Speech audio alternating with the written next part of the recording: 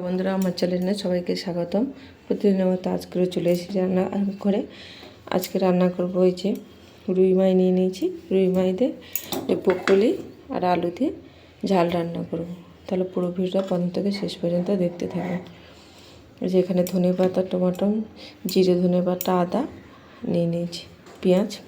এবারে কড়াইটা বসে মাছটা ভেজে নেব। কড়াইটা আমার গরম হয়ে গেছে। এবারে মাছগুলোকে আমি ভেজে নিই। মাছগুলোকে লৌটে নেব। এই মাছগুলো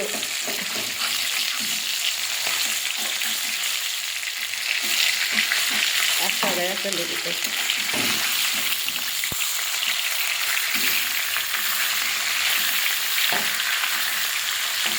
একটু লাল লাল করে ভেজে দেবো মাছগুলো।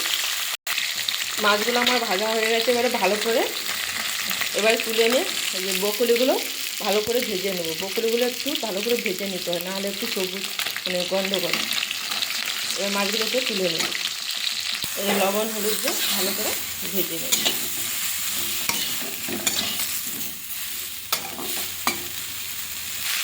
এইভাবে ফুলকপিটা, ব্রোকলিটা আর আলুটা ভেজে নিয়েছি। এবারে তুলে নেব, নিয়ে মশলাটা ভালো করে কষে নেব। এই দেখুন কালারটা চেঞ্জ হয়ে গেছে। এবারে কড়াইতে তেল দিয়ে দিচ্ছি, ফোড়নে দিয়ে দেবো কালো জিরে, পেঁয়াজটা দিয়ে এইভাবে ভেজে ভেজে নিয়েছি। এবারে দিয়ে দেবো ধনের বাটা, জিরের বাটা, আদা, ধনে জিরের বাটা, আদা, লঙ্কা গুঁড়ো, হলুদ গুঁড়ো। এবারে মশলাটা ভালো করে কষিয়ে নেব। মশলাটা আমার প্রায় কষানো হয়েছে। মশলাটা দিয়ে যখন উপর থেকে তেল ছেড়েছে, এবারে দিয়ে দেবো ধনে পাতা আর টমেটো। ধনে পাতা টমেটো দিয়ে একটু নাড়াচাড়া করে ভেজে রাখা ব্রোকলি আর আলুটা দিয়ে দেবো। এবার দেবো ভেজে রাখা ব্রোকলি আর আলুটা, দিয়ে দেবো পরিমাণ মতো স্বাদ মতো লবণ। ভালো করে কষিয়ে জল দিয়ে দেবো।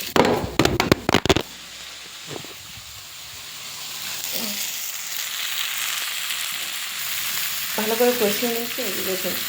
এবারে জল দিয়ে দেবো, দিয়ে ঢাকা দিয়ে দেবো। জল দিয়ে দিয়েছি, দিয়ে ঢাকা দিয়ে দেবো। ঝোলটা ফুটে গেছে। এবারে মাছগুলো দিয়ে দেবো, দিয়ে আর একটু ফুটিয়ে দেবো।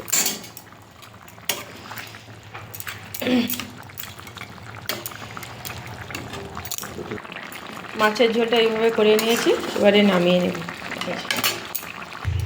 ব্রোকলি আলু দিয়ে মাছের ঝোলটা হয়ে গেছে। তাহলে সবাই ভালো থাকবেন, সুস্থ থাকবেন। নেক্সট ভিডিওতে দেখা হচ্ছে। আর সবাই ভালো লাগলে লাইক, কমেন্ট, শেয়ার, সাবস্ক্রাইব করে দেবেন।